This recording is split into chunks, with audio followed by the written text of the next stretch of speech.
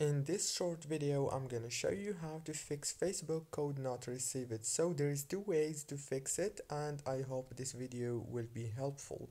All what you have to do, the first way is open the settings on your phone, and now scroll down on your settings, go to the apps and go to the apps here in the top again. Now here all what you have to do is simple. Just click on Facebook, and then all what you have to do is click on this permissions option.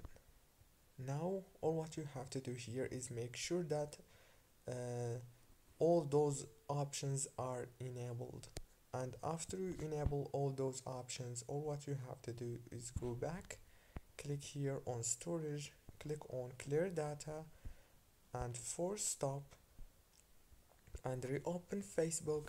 And congratulations, don't forget to like, subscribe. Thank you so much for watching.